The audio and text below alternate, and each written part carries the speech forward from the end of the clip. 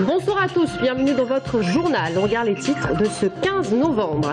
Qui sera le prochain président du Parti Socialiste d'Indre-et-Loire? Dernière ligne droite pour les deux candidats en lice pour succéder à Jean-Patrick Gilles. Le scrutin est ouvert depuis 17 h. Faites vos jeux.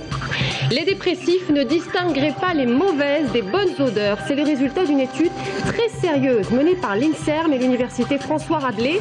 Un petit pas pour la recherche qui, un jour peut-être, pourrait permettre de diagnostiquer la dépression. Voir, entendre et se déplacer comme un senior quand on a la trentaine, une résidence pour retraités est à l'origine de cette expérience originale. Objectif, former le personnel de façon optimale. Bonsoir, Mickaël Cortot ou Jean-Marc Pichon, le Parti Socialiste d'Indre-et-Loire connaîtra le nom de son leader ce soir après 22 h. Au total, 1267 adhérents de la fédération sont attendus pour élire le nouveau président du Parti Socialiste d'Indre-et-Loire. Le scrutin est ouvert depuis 17 h.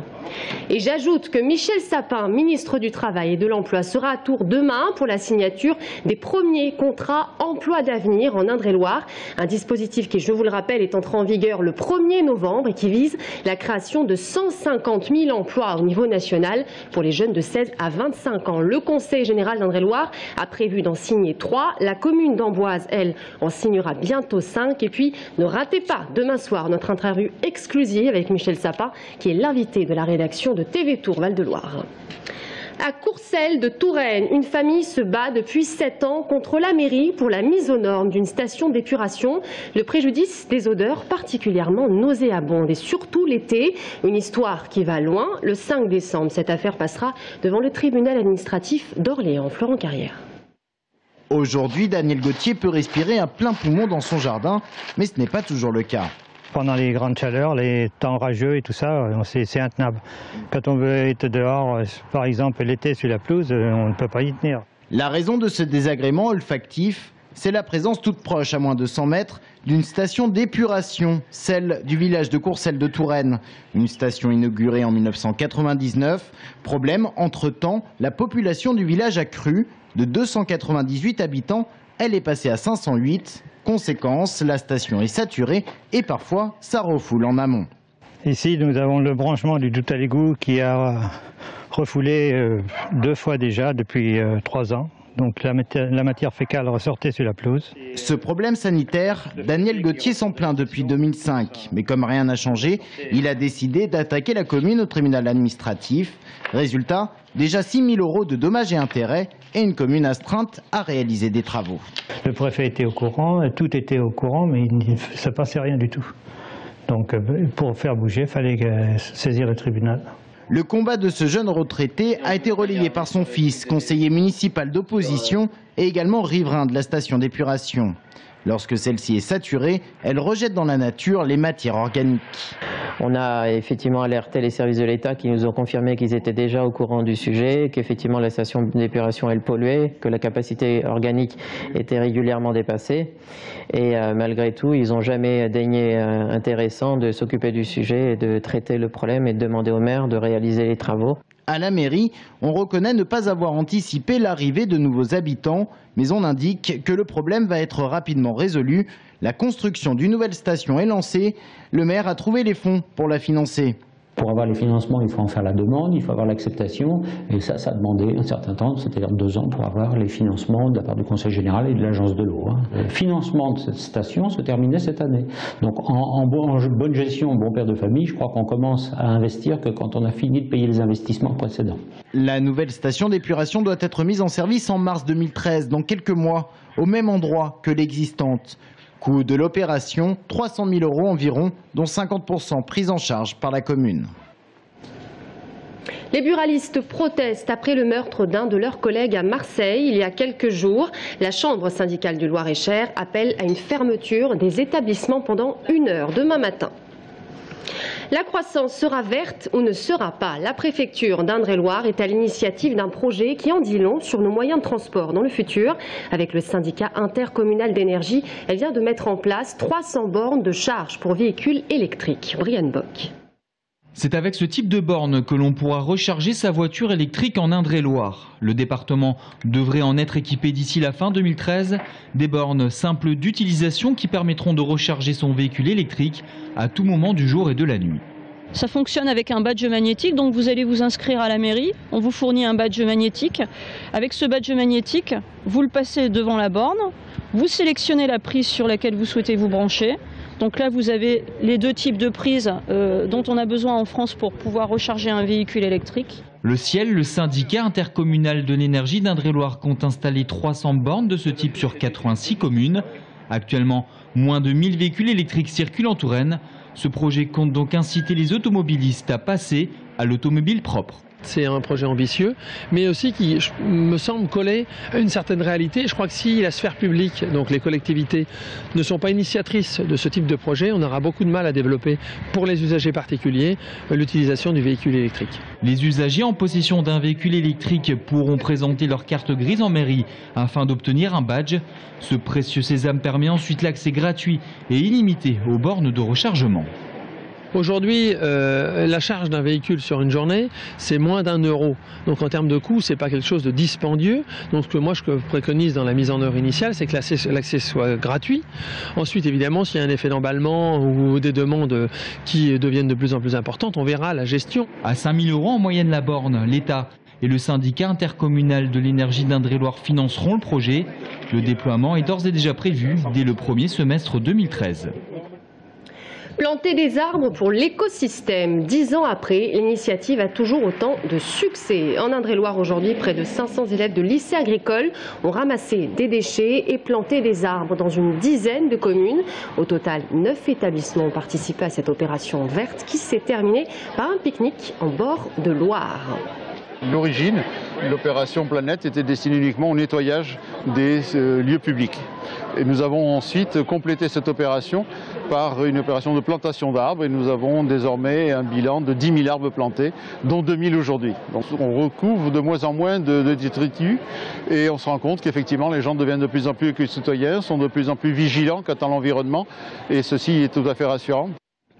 La dépression et l'odorat sont-ils liés? Depuis 4 ans, une équipe de chercheurs de l'INSERM et de l'université François Rabelais planche sur une étude très sérieuse qu'ils ont menée sur une vingtaine de cobayes. Les personnes dépressives ne distingueraient pas les bonnes des mauvaises odeurs. Une avancée au stade embryonnaire, certes, mais qui permettrait peut-être demain de diagnostiquer le symptôme dépressif. Explication de Brian Bock.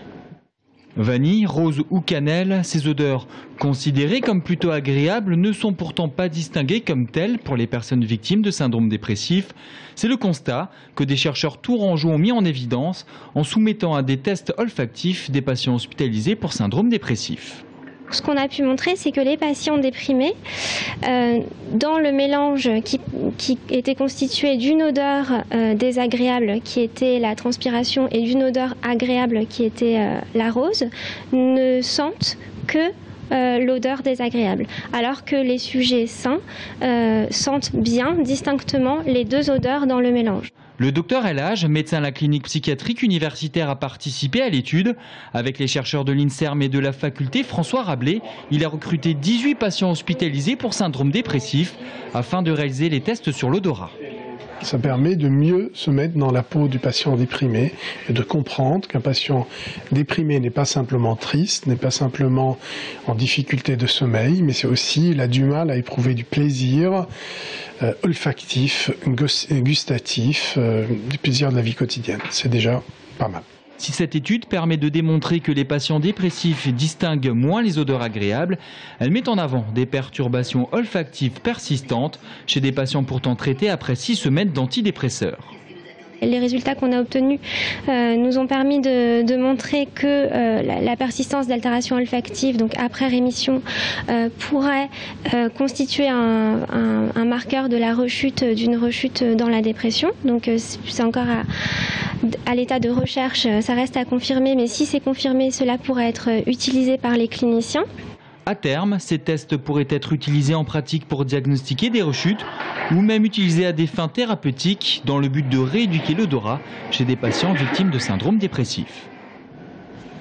En bref, Loïc Vaillant, président de l'université François Rabelais, vient tout juste d'être élu président du pôle de recherche et d'enseignement supérieur Centre Val-de-Loire Université. L'objectif, devenir l'une des régions les plus attractives pour les étudiants. Mieux comprendre comment vivent les seniors au quotidien. À Tours, une résidence pour retraités a employé les gros moyens pour former son personnel. Scaphandre sur le dos, audition et vue réduite, comme le montre ce reportage de Lizzie Lambert. Fabienne, 36 ans, va prendre un grand coup de vieux. Le temps d'enfiler une combinaison qui va lui donner la sensation d'avoir 80 ans. J'écoute parler, je me concentre pour écouter la personne en train de parler. Je marche, je me concentre pour marcher. Je reviens, je me concentre pour... Du coup, c'est fatigant.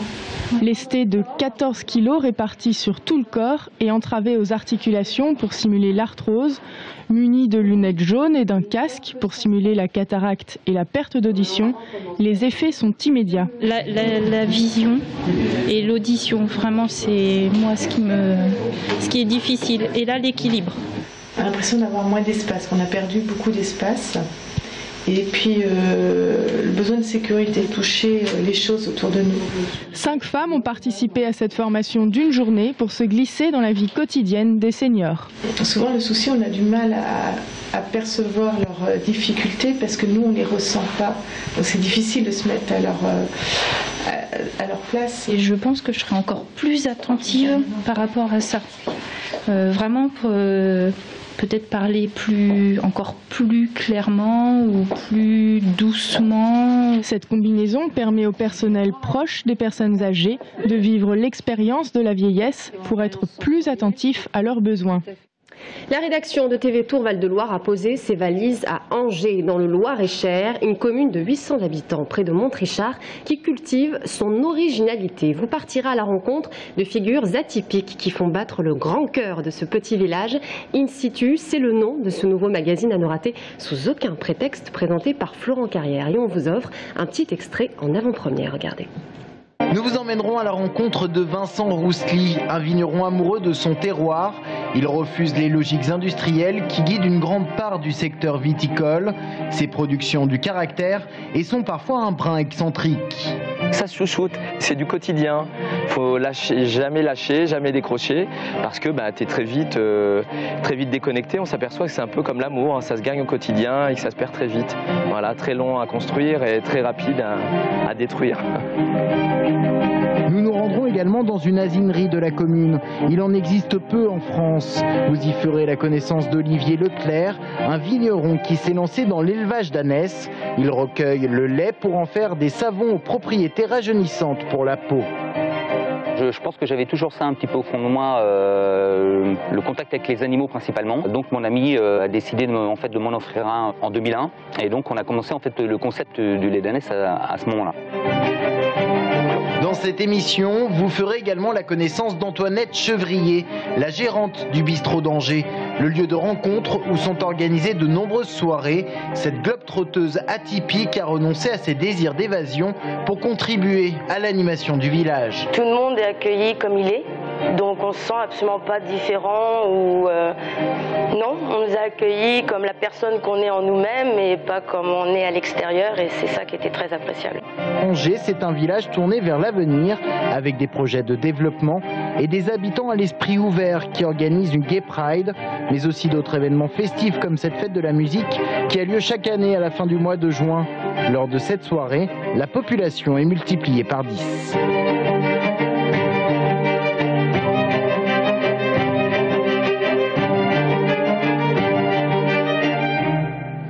Et in situ à Angers, c'est donc ce soir à 21h, première diffusion, lundi prochain à la même heure, et puis dimanche 24 novembre à 14h30, le rendez-vous idéal en famille.